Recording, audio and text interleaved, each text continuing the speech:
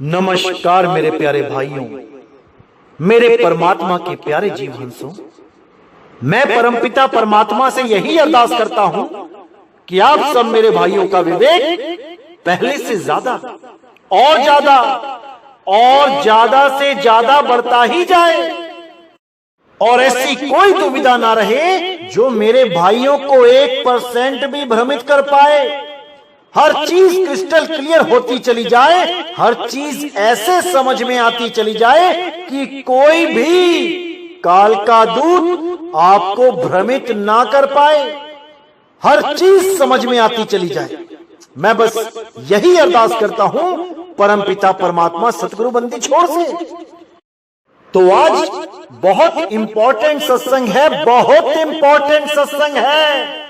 आज ऐसी वाणी खोली जाएगी जिसके द्वारा आपको बोध होगा कि कबीर साहब हैं क्या चीज और ये दुनिया उनको क्या मानती है, क्या जानती है मेरे बंदी छोड़ को। आज आपको सब कुछ क्लियर किया जाएगा और अगर 1% भी विवेक होगा आप में तो आप समझ पाओगे कि नीर छीर का निवेड़ा कैसे करते हैं, सत्य असत्य को परखते कैसे हैं। आज आप जरूर समझ पाओगे जो मैं 10 सालों से समझाने की कोशिश कर रहा हूं। मालिक की दया होगी तो आज आप जरूर समझ पाओगे। और बहुत से लोग हैं जो इन वाणियों को भी पढ़ के भी समझ के भी नहीं समझ पाते, या ये कहो कि अंदर से ग्रहण नहीं कर पाते, मान नहीं पाते, क्योंकि उनका अहंकार उनके और परमात्मा की वाणी के बीच में आ जाता है। परमात्मा की वाणी क्या कहती है लेकिन वो समझते क्या हैं, क्योंकि उन्हें समझा ही ऐसा दिया गया है। अब वो बदलने वाले नहीं हैं।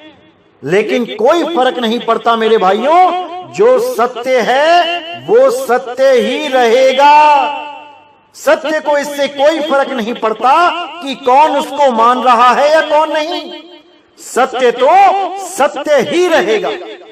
तो आज उस वाणी का खुलासा करेंगे जिस वाणी को बहुत बार पढ़ा गया है लेकिन समझा नहीं गया, क्योंकि परमात्मा के हुक्म से ये वाणी 2020 में ही खुलनी थी और इस वाणी का खुलासा आज पूरी तरह कर दिया जाएगा।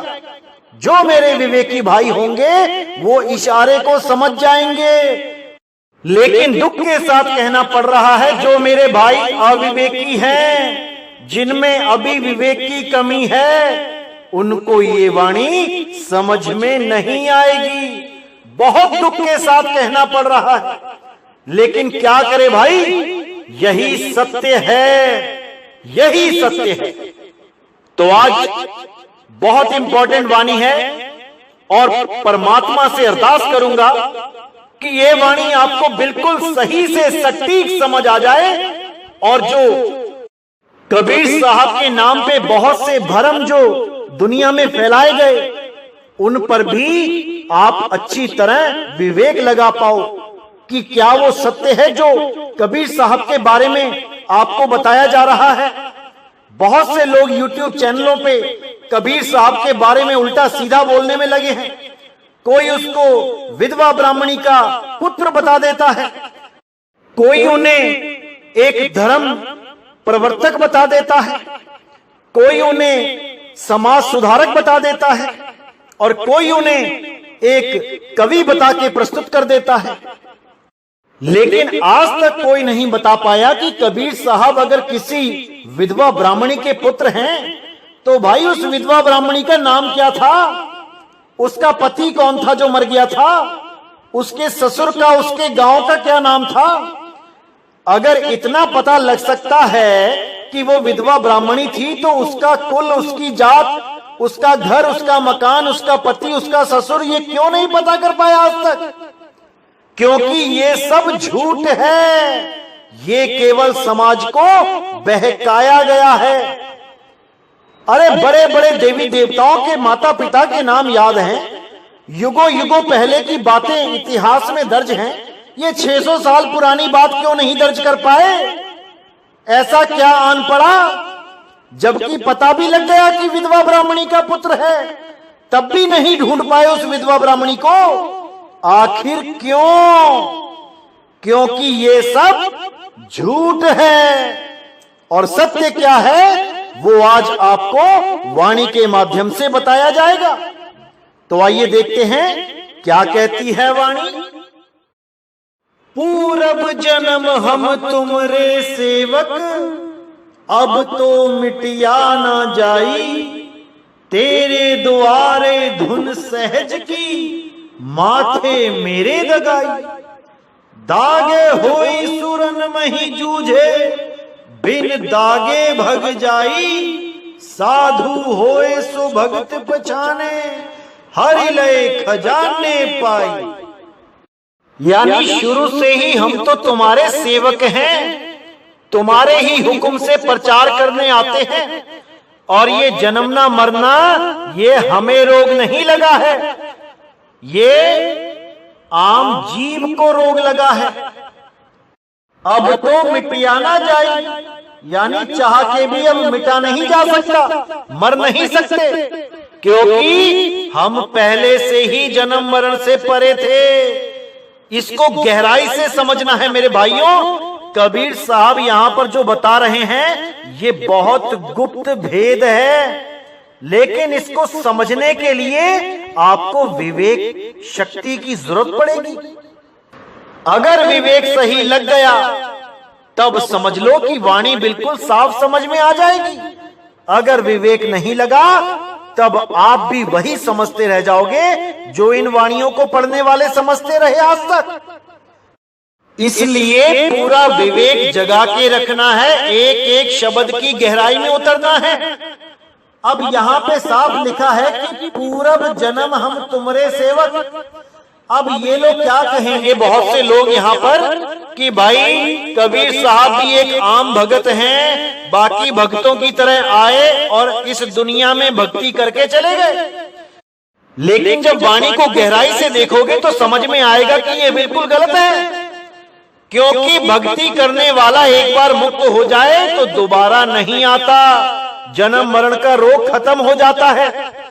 अगर कबीर साहब एक आम संत होते तो यहां लिखा है पूरब जन्म हम तुम्हारे सेवक, यानी पिछले जन्मों में भी हम तुम्हारे सेवक थे।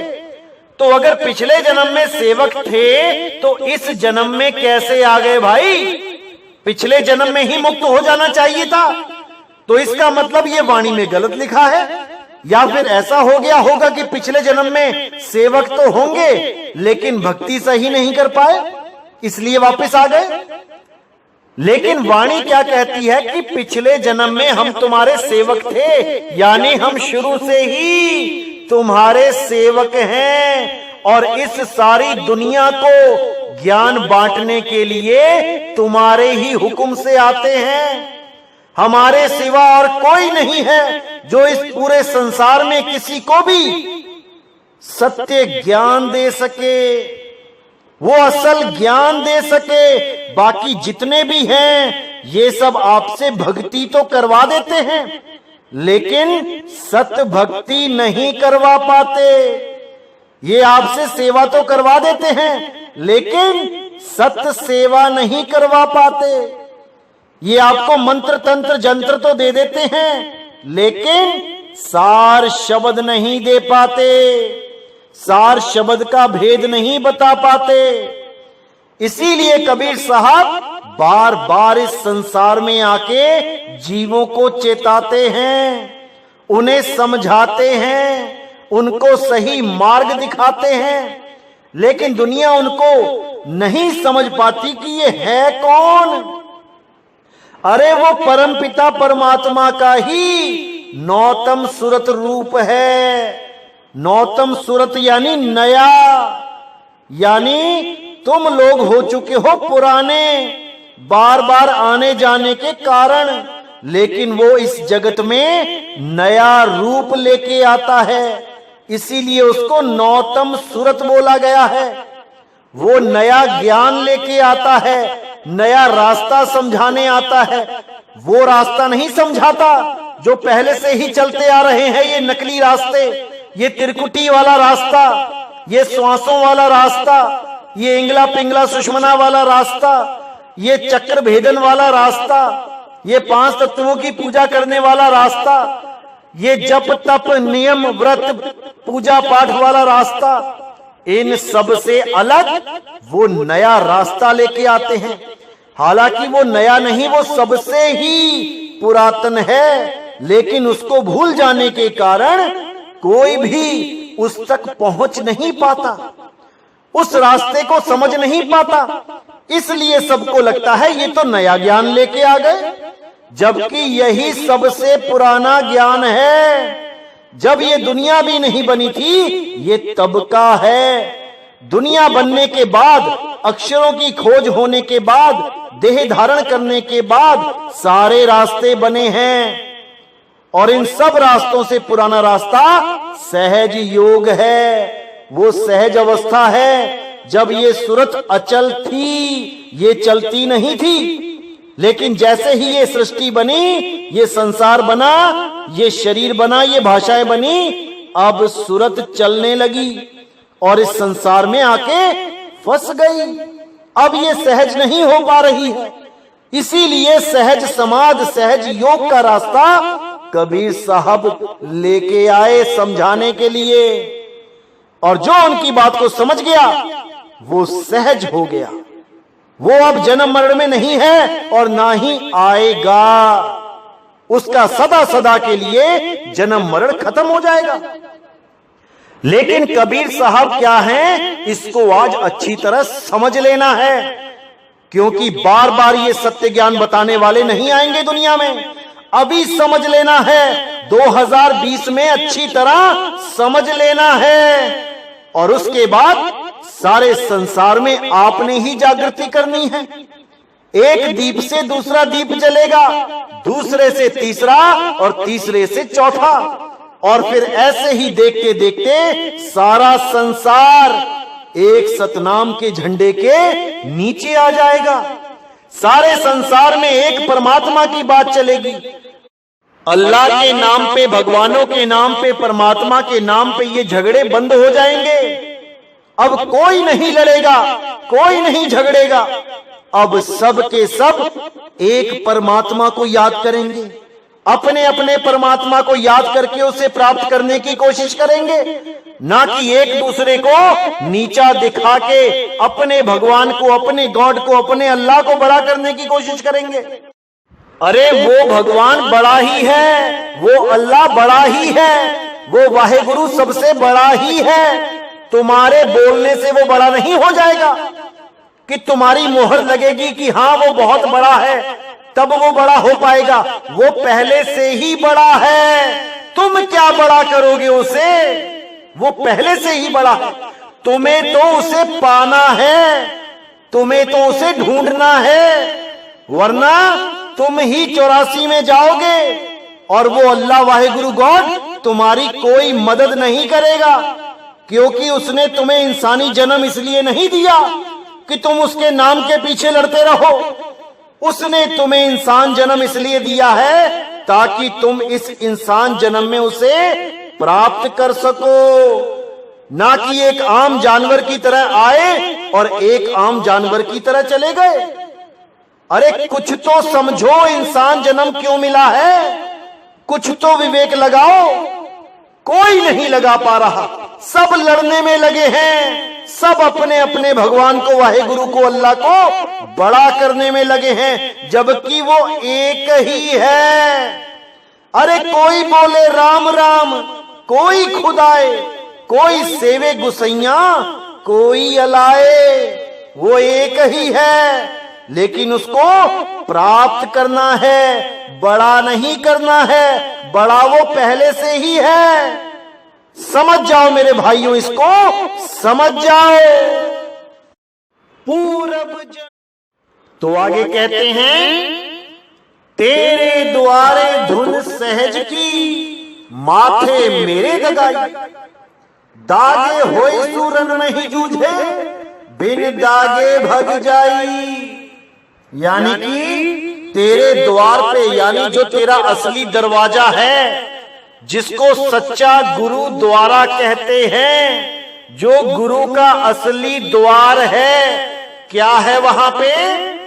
धुन सहज की। वहां पर सहज की धुन है, उसी धुन में ध्यान करना है, ध्यान देना है, उस अखंड नाद पे ध्यान देना है। तेरे द्वारे धुन सहज की, माथे मेरे दगाई। माथे मेरे दगाई यानी मेरे माथे पे निशानी लगी है। दगाई जैसे गाय बैलों के एक निशान दाग देते हैं, जिससे उनकी चमड़ी पे निशान पड़ जाता है, आपने देखा भी होगा, उसको दागना कहते हैं। तो वही निशानी मिटती नहीं है, वो परमानेंट लग जाती है। तो उसी के लिए बोला कि तेरे द्वारे धुन सहज की, माथे मेरे दगाई, यानी मेरी किस्मत में, मेरे भागों में वो धुन लिख दी मालिक ने, अब वो मिट नहीं सकती। दागे होई सूरन में ही जूझे, बिन दागे भग जाई। अगर तुम्हारे माथे पे वो निशान लगा है कि तुम्हें परमात्मा की प्राप्ति होनी है, वो धुन के साथ जुड़ना है, तब ही तुम रण में खड़े रह सकते हो, वरना भाग जाई, तुम टिक ही नहीं सकते। ये ज्ञान तुम केवल तब ही सुन सकते हो, तभी समझ सकते हो, अगर तुम्हारे मस्तक पे भाग है, निशानी लगी है, तभी सुन के समझ सकते हो, नहीं तो इसको सुन के आगे बढ़ जाओगे, समझ ही नहीं पाओगे बताया क्या जा रहा है। तुम्हें ये बातें हजम ही नहीं होंगी, क्योंकि तुम्हारे ऊपर वो छाप लगी ही नहीं है कि तुम वापस धुरधाम को पहुंच सको। तुम उन्हीं सुनी सुनाई बातों में उलझ के रह जाओगे जो इस संसार में होती ही आई है। तुम्हें ये ज्ञान अच्छा ही नहीं लगेगा, क्योंकि माथे तुम्हारे दगाई है ही नहीं, तुम्हारे मस्तक पे वो निशान है ही नहीं जिससे तुम्हें ये ज्ञान समझ में आए। तो क्या कहते हैं? दागे होई सूरन में ही जूझे, बिन दागे भग जाई। साधु होई सुभक्त पिछाने, हरि लय खजाने पाई। साधु होई सुभक्ति पछाने, हरि लय खजाने पाई।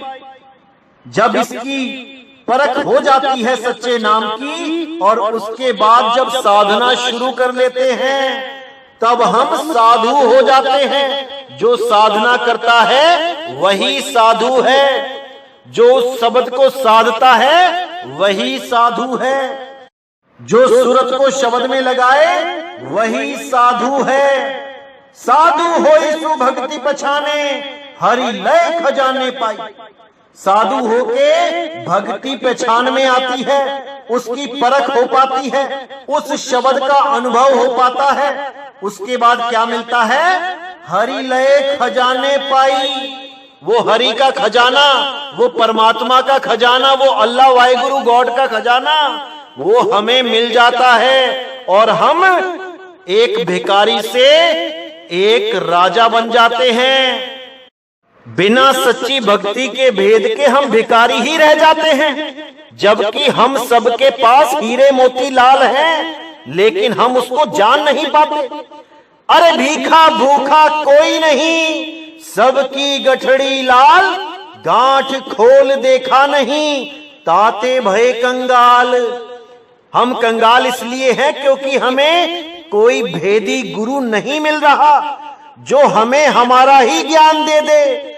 हमें ऐसे गुरु मिल रहे हैं जो हमें अक्षरों का ज्ञान देते हैं, 52 अक्षरों का जाप जपवाते हैं, हमें श्वासों का जाप करवाते हैं, हमें पांचों तत्वों की पांचों धुनों में उलझा देते हैं, हमें जप तप व्रत नित्य नेम संयम पूजा पाठ में उलझा देते हैं, हमें तीर्थों में उलझा देते हैं। कोई ऐसा नहीं मिल रहा जो हमें आत्म ज्ञान करा दे। आत्म ज्ञान के नाम पे हमें गुरु की फोटो का ध्यान करवा देते हैं, गुरु के शरीरों का ध्यान करवाते हैं। कई लोग तो कहते हैं तुम्हें लाठी वाला गुरु मिलेगा रास्ते में। क्या सोच के लोग बोलते हैं, मैं तो हैरान हूं। अरे क्या गुरु कोई शरीर है जो लाठी वाला मिलेगा? वो गुरु शब्द है, शब्द। अरे शब्द गुरु सुरत धुन चेला, मिले परस्पर भया अकेला।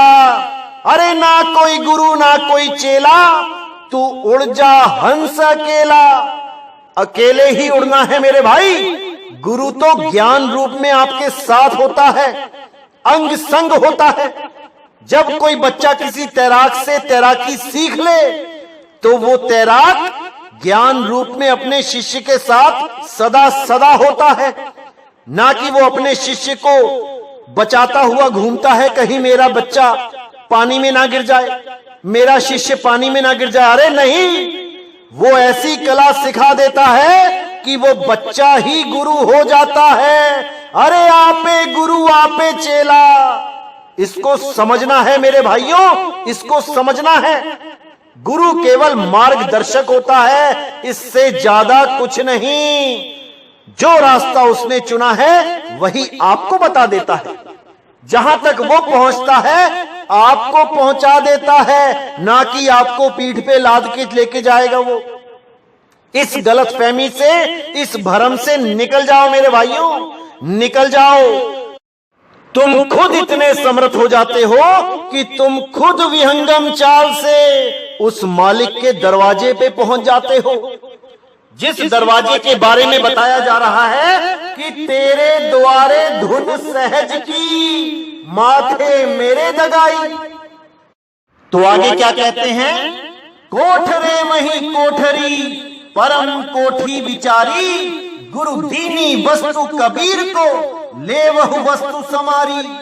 कबीर दी संसार को, लीनी जिस मस्तक भाग, अमृत रस जिन पाया, स्थिरता का सुहाग। कितना स्पष्ट बता दिया है, इसको अच्छी तरह समझना है मेरे भाइयों। एक एक शब्द में बहुत गहरे अर्थ हैं, बहुत गहरा भाव है। इसको आप समझोगे तो बिल्कुल सही से समझ पाओगे। मैं मालिक से इसीलिए अरदास करता हूं कि आपको इतनी विवेक शक्ति दे कि आप मेरी एक एक बात को समझ सको, क्योंकि बहुत ही सुपर कोड लगे होते हैं, ऐसी बातें लिखी गई होती हैं जो पढ़ने से समझ में नहीं आती, जब तक कोई भेदी उस भेद को ना खोल दे। तो आज इस वाणी के माध्यम से आपको समझ में आएगा कि कबीर साहब क्या बताए थे और दुनिया क्या समझती रही। तो विचार करना है। कहते हैं कोठरे माही कोठरी, परम कोठी विचारी, यानी कि 3 कोठरी बता दी यहां पे। पहली कोठरी है तन कोठरी, और उसी कोठरी में है मन कोठरी। कोठरी मही कोठरी। अब इन दोनों में कोई भी परम कोठरी नहीं है। संतों तन खोजा मन पाया, मन ही श्रोता मन ही वक्ता मन ही निरंजन राया। तो यहां पर कोठरी में कोठरी बताया कि तन को खोजा तो मन को पाया। मैंने पहले भी बताया था कि त्रिकुटी यानी 3 कुटी, तन कुटी, मन कुटी, आत्म कुटी, जिसको शब्द कुटी कहते हैं। ये तीसरी कुटी ही परम कुटी है। इसी कुटी की खोज करनी है, नहीं तो तन में से मन को ही प्राप्त करते रह जाओगे बार बार। तन में खोज करोगे तो मन में ही समाओगे, ज्योत में ही समाओगे, क्योंकि तन में ही ज्योत विराजमान है, यही मन है। तन में खोजोगे तो मन ही मिलेगा, कोठरी में खोजोगे तो कोठरी ही मिलेगी, लेकिन वो परम कोठरी नहीं है। परम कोठरी है शब्द गुरु। इसीलिए बोला सुरत समाए शब्द में, वाको काल न खाए, वही परम कोठरी है जो तीसरी है। इन कोठरी में कोठरी के चक्कर में नहीं पड़ना, उस परम कोठरी को पहचानना है जो भेदी गुरु के द्वारा लखाया जाता है। अरे सोई गुरु पूरा कहावे जो 2 अक्षर का भेद बतावे, एक छुड़ावे एक लखावे, तब प्राणी निज घर को जावे। वो 2 अक्षरों का भेद बता के एक को छुड़वा देता है जो आपने ऑलरेडी पकड़ रखे हैं। छुड़वाया तभी जाता है जो चीज आपने पकड़ी हुई है, उसको छोड़ देना है और उसको पकड़ना है जो आपको नहीं पता है, लेकिन वस्तु आपके पास ही है। अरे वस्तु कहीं ढूंढे कहीं कैसे लागे हाथ, गुप्त वस्तु तब मिले भेदी लीजे साथ। भेदी लीना साथ में दीनी वस्तु लखाए, कोटि जन्म का पंथ था पल में पहुंचा जाए। समझ जाओ मेरे भाइयों, इसको समझ जाओ। तो कहते हैं कोठरे मही कोठरी परम कोठी विचारी, गुरु दीनी वस्तु कबीर को ले वहु वस्तु समारी। यानी गुरु ने वो वस्तु कबीर को दी। अब यहां पर बहुत भेद है, बहुत गुप्त ज्ञान है। असल में कबीर साहब ये कभी शो नहीं करते कि वही सर्वे सर्वा है, वही सतपुरुष हैं जो सारे संसार को जगाने के लिए देह धारण करके आते हैं। लेकिन वो देह हमारे जैसी नहीं होती कि मां के गर्भ में उल्टा लटक के 9 महीने पूरे करके वापस इस दुनिया में आए। वो कभी भी प्रकट कर देते हैं, कहीं से भी गुप्त हो जाते हैं। जैसे मगहर में गुप्त हुए थे, इतने शिष्यों के बीच में जब वो झगड़ा करने लगे कि हम जलाएंगे, हिंदू कहते जलाएंगे, मुस्लिम कहते हम दफनाएंगे, लेकिन दोनों को ही शरीर नहीं मिला। इसीलिए मलुक जी ने कहा, अरे काशी तज गुरु मगहर आए दोनों दीन के पीर, और कोई गाडे कोई अग्नि जरावे ढूंढ न पाया शरीर, जपोरे मन केवल नाम कबीर। कोई भी उनकी लाश को प्राप्त नहीं कर पाया क्योंकि वहां पे कोई लाश ही नहीं थी। तब भी ये लोग नहीं समझ पाए कि ऐसा कैसे हो गया। वो कौन है, वो कौन था जो इस दुनिया में आके सत्य मार्ग बता गया सारे संसार को, वो कौन था, ये कोई नहीं समझ पाया। किसी ने उसको विधवा ब्राह्मणी का लड़का बना दिया, किसी ने उसको कवि बना दिया, किसी ने उसको समाज सुधारक बना दिया, और कुछ ने तो इतना बुरा बुरा बोल दिया उनके बारे में कि क्या बोलूं मैं। उनको काल का दूत बता दिया, उनको अज्ञानी बता दिया। ऐसे ऐसे लोग इस दुनिया में हैं कि क्या बोलूं मैं। तो यहां साफ बोलते हैं गुरु दीनी वस्तु कबीर को। अब ये गुरु कौन है, कौन है कबीर जी का गुरु, ये कोई नहीं समझ रहा। यहां पर शब्द गुरु की महिमा है कि उस शब्द गुरु ने दया करके कबीर साहब के रूप में आके इस दुनिया को वो वस्तु दी, यानी उसका भेद बताया। अरे गुरु दीनी वस्तु कबीर को ले वहु वस्तु समारी, कबीर दी संसार को लीनी जिस मस्तक भाग, अमृत रस जिन पाया स्थिरता का सुहाग। कितना क्लियर बता दिया साहिब ने कि कबीर दी संसार को, इस पूरे संसार को, जितने भी संत महात्मा इस पूरी दुनिया में हैं, सबको वो वस्तु कबीर साहब ही देते हैं। उस वस्तु का ज्ञान कबीर साहब ही करवाते हैं। यहां पर यह नहीं लिखा है कि काशी में दीनी वस्तु या मगहर वालों को दीनी वस्तु। अरे कबीर दी संसार को। संसार का मतलब आप समझते ही हो क्या है।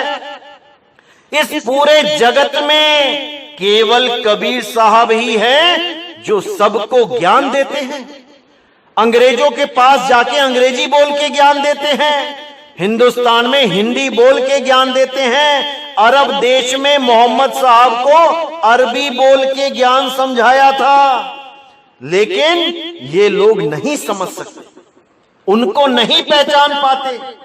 तो साहब बोल दिया, कबीर दी संसार को लीनी जिस मस्तक भाग, जिसके मस्तक पे वो भाग है, वो निशानी लगी है, केवल वही कबीर साहब के ज्ञान को समझ सकता है। अन्यथा बहुत आएंगे, इस ज्ञान को सुनेंगे और छोड़ देंगे। इस पंथ में भी बहुत आएंगे और अज्ञान के कारण, पूर्ण विवेक ना जगने के कारण सच्ची वस्तु को भी छोड़ के चले जाएंगे।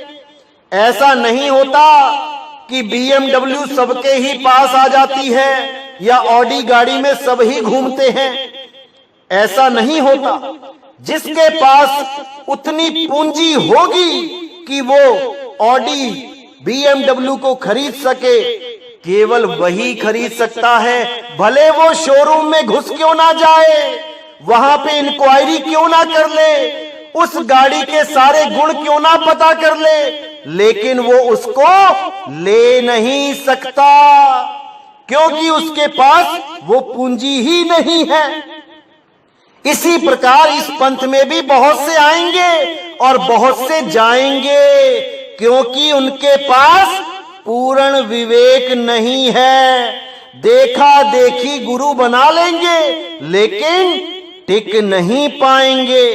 कोई भी भ्रमित करने वाला आएगा और 2 मिनट में भ्रमित हो जाएंगे, क्योंकि विवेक की कमी है। आ तो जाएंगे पंथ में, लेकिन विवेक कहां से लाएंगे, पूर्ण विवेक। इसीलिए बार बार कहता हूं कि जल्दबाजी मत करो नामदान लेने की, टिक जाओ। पहले पूर्ण विवेक को जगा लो, पूरी आग लगा लो, तभी बात बनेगी मेरे भाई। नहीं तो बेरंग लिफाफे की तरह आओगे और बेरंग लिफाफे की तरह चले जाओगे। तो क्या कहते हैं, कबीर दी संसार को लीनी जिस मस्तक भाग, अमृत रस जिन पाया फिरता का सुहाग। जिसने उस अमृत रस को पा लिया, उसका सुहाग फिर हो गया। यानी अब वो विधवा नहीं होगी, क्योंकि उसको ऐसा खसम मिल गया जो मरता ही नहीं है, जो सदा सदा अमर है, अखंड है, अविनाशी है, अडोल है, अबोल है, अलेख है, अकथ है, अछल है। लेकिन उसको पाने के लिए भेदी गुरु चाहिए। बिना भेदी गुरु के वो वस्तु आपको प्राप्त हो ही नहीं सकती। इसीलिए बार बार साहिब ने भेदी गुरु की बात करी है। बिना भेदी गुरु के उस वस्तु को प्राप्त करना असंभव है। और भेदी गुरु कौन है? सतगुरु बंदी छोड़ कबीर साहब ही भेदी गुरु हैं। वही भेद बताने आते हैं इस दुनिया में, इस संसार में। कभी किसी को मिलते हैं, कभी किसी को मिलते हैं, यहां तक कि एक समय में भी सबको नहीं, अलग अलग समय में मिलते हैं। किसी को 200 साल पहले मिले, किसी को 500 साल पहले मिले, किसी को 700 साल पहले मिले और किसी को अब मिल रहे हैं। सत्संग के बहाने मिल रहे हैं, लेकिन लोग उनको पहचान नहीं पा रहे। अरे वो शब्द गुरु है, शब्दों के माध्यम से ही मिलता है, लेकिन लोग पहचान नहीं पाते।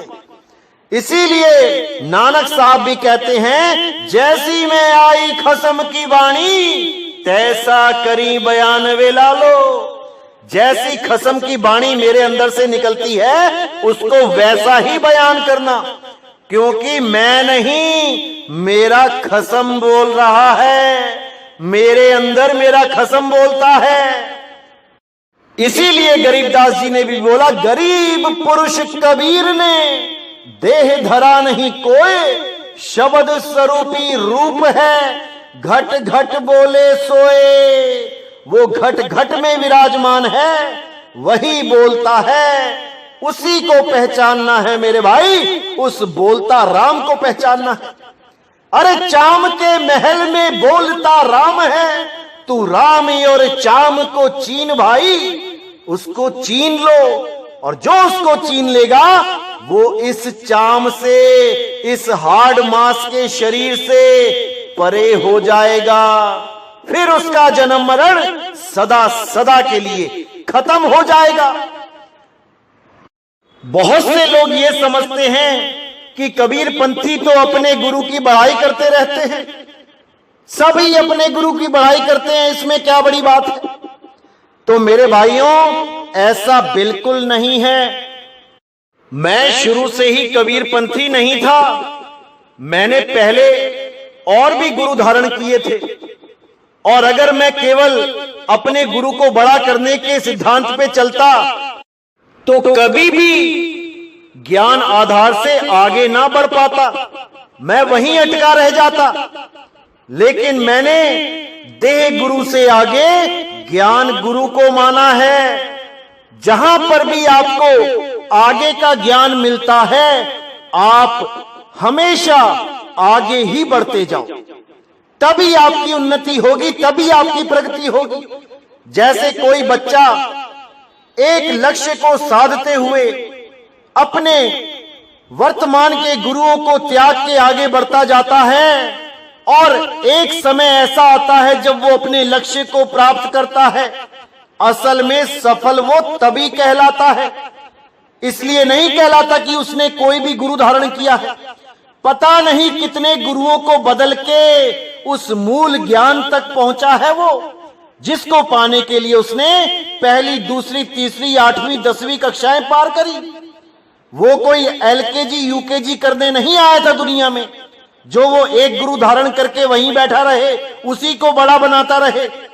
अरे मंजिल बहुत दूर है, दिल्ली बहुत दूर है। तुम्हें समझना पड़ेगा कि तुम्हारा लक्ष्य क्या है। मुक्ति है या केवल गुरु बनाना है, फॉर्मेलिटी निभाना है। कबीर साहब कहते हैं, जब लग मिले नहीं शब्द वो साचा, तब लग गुरु करो 10 पांचा। अरे कितने ही गुरु कर लो, तुम्हारा मुद्दा है असली शब्द को प्राप्त करना, क्योंकि असली शब्द ही असली गुरु है। वो सच्चा शब्द ही सबका गुरु है। गुरु उसी को शब्द गुरु बोलते हैं, उसके अलावा और कोई नहीं है। वही सबका बाप है। अरे साहिब सबका बाप है, बेटा किसी का नहीं, और बेटा होके जन्मया सो तो साहिब नहीं। ये जितने भी गुरु हैं ये सब किसी ना किसी के बेटे हैं। ये शब्द गुरु नहीं है भाई। शब्द गुरु कभी किसी मां के पेट से जन्म नहीं लेता। शब्द गुरु कभी 9 महीने उल्टा लटक के नहीं आता। वो तो बंदी छोड़ है, वो बंधनों से छुड़ाने वाला है, ना कि वो स्वयं बंधनों में आने वाला है। अरे देही को सतगुरु कहे, ये है धूंधर ज्ञान, 4 दाग आवे नहीं, वाको सतगुरु जान। वो 4 दागों में नहीं आता। पहला दाग मां के पेट से नहीं आता, दूसरा दाग भोजन नहीं ग्रहण करता, तीसरा दाग भोग विलास यानी शादी नहीं करता अपने बच्चों के साथ, और चौथा दाग वो कभी मृत्यु को प्राप्त नहीं होता, लाश छोड़ के नहीं जाता। इन 4 दागों में कोई भी आता है वो शब्द गुरु नहीं है। भले ही शब्द गुरु देह धारण करके क्यों ना आए, फिर भी वो इस प्राकृतिक देह से परे है। वो केवल दिखने में आता है, हमें होता नहीं है।